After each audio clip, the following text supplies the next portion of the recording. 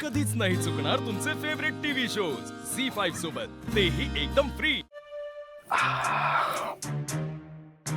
दिव्या, तू परत आलीस, त्यामुळे आज मी परत एकदा मला आणि आपल्या नात्याला एक चान्स देणार। काहीही झालं ना तरी मी आज तुला भेटायला येणार म्हणजे येणार।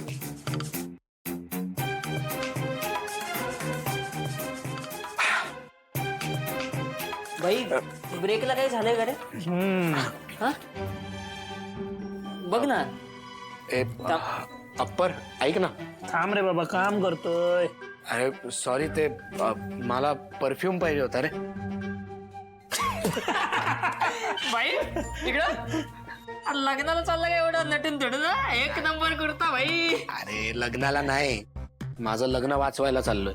म्हणजे ते दिव्याला भेटायला चाललोय। अरे बघ, एवढं नटून का चाललायस? अरे हे बघ, काय आहे ना, आता मला ना सगळ्या जुन्या गोष्टी मागे ठेवायच्यात आणि आता त्या सगळ्या मागे ठेवून मला परत एक नव्याने सुरुवात करायची, म्हणून असा छान तयार होऊन मी तिला भेटायला चाललोय। वा भाई वा। अरे पण भाई तू किती पण बदलशील, दिव्याताई तर तीच आहे ना। आणि असंही तू काय तिला पहिल्यांदा भेटायला चाललाय? हे तसं नाही, पण आता मी काय बोललो की मी सगळ्या गोष्टी बाजूला सारून आता नव्याने तिला भेटायला चाललोय, मग ते असं पहिल्यांदा भेटल्यासारखंच झालं ना काय? वा वा वा। पण भाई जपू ना, ती पुन्हा तुला तसंच वागवेल। अरे अरे म्हणजे ह्याला असं म्हणायचंय की तू का जातो स्वतःहून? ती येऊ दे ना स्वतःहून। हा ती यायला पाहिजे। अरे हे बघ, ती गावात असताना माझ्यावर चिडून इकडे वस्तीत आली, बरोबर? हा, तर मग मी पण तिच्यासाठी काहीतरी करायला पाहिजे ना, ती चिडलीये म्हणून। बरोबर बोलतोय भाई तू। तू थांबा, तू थांब, आलोच। कुठे गेला? भाई तुला परफ्यूमची खूप गरज आहे, मी मारतो। बस ओके, इथे इथे। एक नंबर, काय दिसतोय भाई, कडक। चल bye bye bye. All the best, all the best. चल चल चल, जा। व्हेरी गुड व्हेरी गुड, मस्त रे।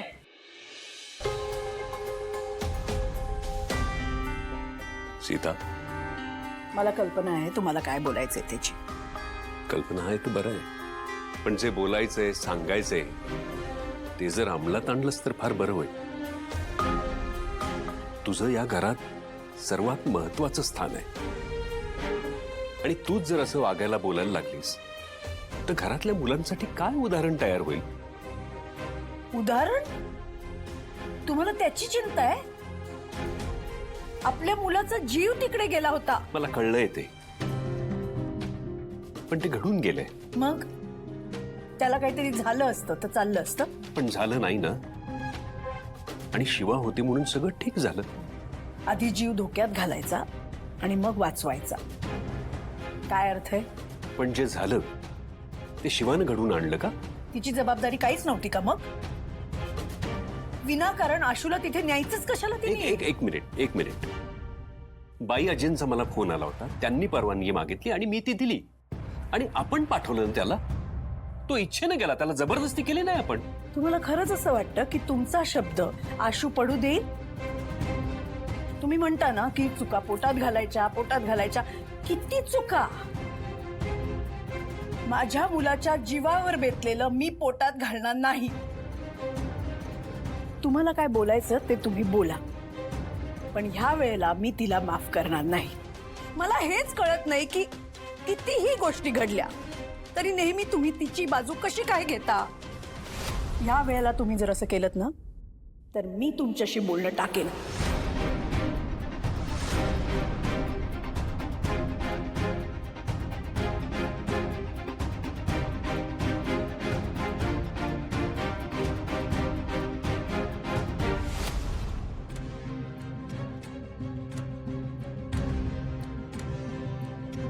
दिव्या, दिव्या, कोण? चंदन तू? कशा आहात आजी? मी बरी आहे, तू कसा आहेस? नाही कसं आहे काय विचारते, कशाला आलायस इथे? ते आलं ध्यानात आलं, दिव्याशी बोलायचंय तुला। हे बघ चंदन, तुला माहितीये दिव्या तुझ्याशी बोलत नाहीये, तू काय इथे येतोयस? सतत स्वतःचा अपमान करून घ्यायला आवडतंय का तुला? आई, ती एकदा नाही बोलणार, दोनदा नाही बोलणार, पण कधीतरी तर बोलेल ना. आणि त्यासाठी मी पण प्रयत्न करणं तितकंच गरजेचं आहे. आई, आजी, मी खरंच खूप मोठी चूक केली आणि मला त्याचं प्रायश्चित्त करायचंय. त्यासाठी मी खरंच खूप कष्ट घेईन, खूप मेहनत करीन, कारण दिव्यावर माझं खरंच खूप प्रेम आहे आणि मी तिच्यासाठी काही करू शकतो. तुम्ही प्लीज एकदा बोलवा ना तिला. अहो आई, थांब जरा. दिव्या, ए दिव्या, इकडे ये जरा बाहेर. मला ह्याच्याशी बोलण्यात काहीच इंटरेस्ट नाहीये आणि हे मी तुला सांगितलंय ऑलरेडी. अगं पण तो काय म्हणतोय ते तर ऐकून घे. बोल, काय बोलायचंय? दिव्या, मला माहिती आहे मी खरंच खूप मोठी चूक केली आहे. ती चूक सुधारण्याची मला एक संधी तर दे प्लीज, कारण माझं खूप प्रेम आहे तुझ्यावर. प्लीज. माझं तुझ्यावर खूप प्रेम आहे असं रात्री उपाशी पोटी 100 वेळा म्हण आणि बघ पोट भरतं का. दिव्या, जरा शांत डोकं ठेव की. नाही म्हणजे तो काय म्हणतोय ते तर ऐकून घे. अगं पण बाईजी, मी काय चुकीचं बोलतीये का? प्रेमाने पोट भरतं का? त्याला पैसाच लागतो. हो हो, कळलंय मला. त्यामुळे दिव्या, खरंच मी खूप कष्ट करीन, मेहनत करीन, खूप पैसा कमवीन, तुला जिंकीन आणि एक दिवस आपण घरही घेऊ. हे बघ चंदन, लग्नाआधी तुझे प्रॉमिस मला केलं होतं. त्या घरी घेऊन जाणार असशील तर मला सांग. तुला काय वाटतं, मला इथे राहायला आवडतं? दिव्या, कठीण आहे ग तुझं, खरंच कठीण आहे. अगं तू प्रयत्न तर करतोय. आणि तो म्हणतोय ना स्वतःच्या पायावर उभं राहायचं, हा, मग ऐकून तरी घे ना त्याचं. बास झालं. जे ऐकून घ्यायचं होतं ना मी घेतलंय. चला. अगं असं काय करते दिव्या? भैयाजी आतून. मला नाही बोलायचं. ऐकून तर घे. नाहीतर काय? अहो, असं काय करते? आणि तुझ्याकडे ह्यावर काही सोल्युशन असेल तर माझ्याशी बोलायचं, नाही तर बोलायचं नाही.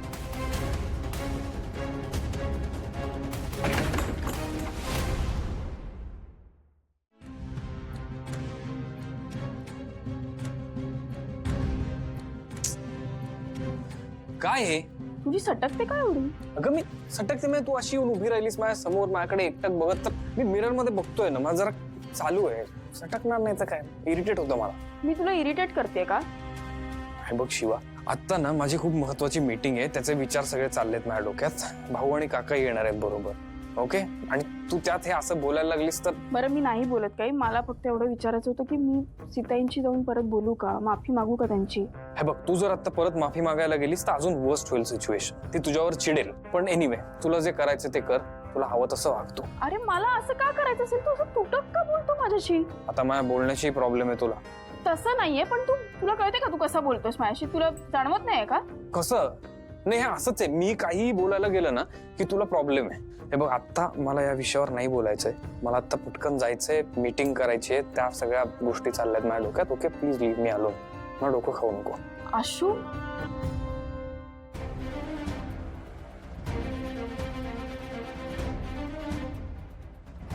आशू काय झालंय? असा का वागतोयस? असं नाहीये सरे तू.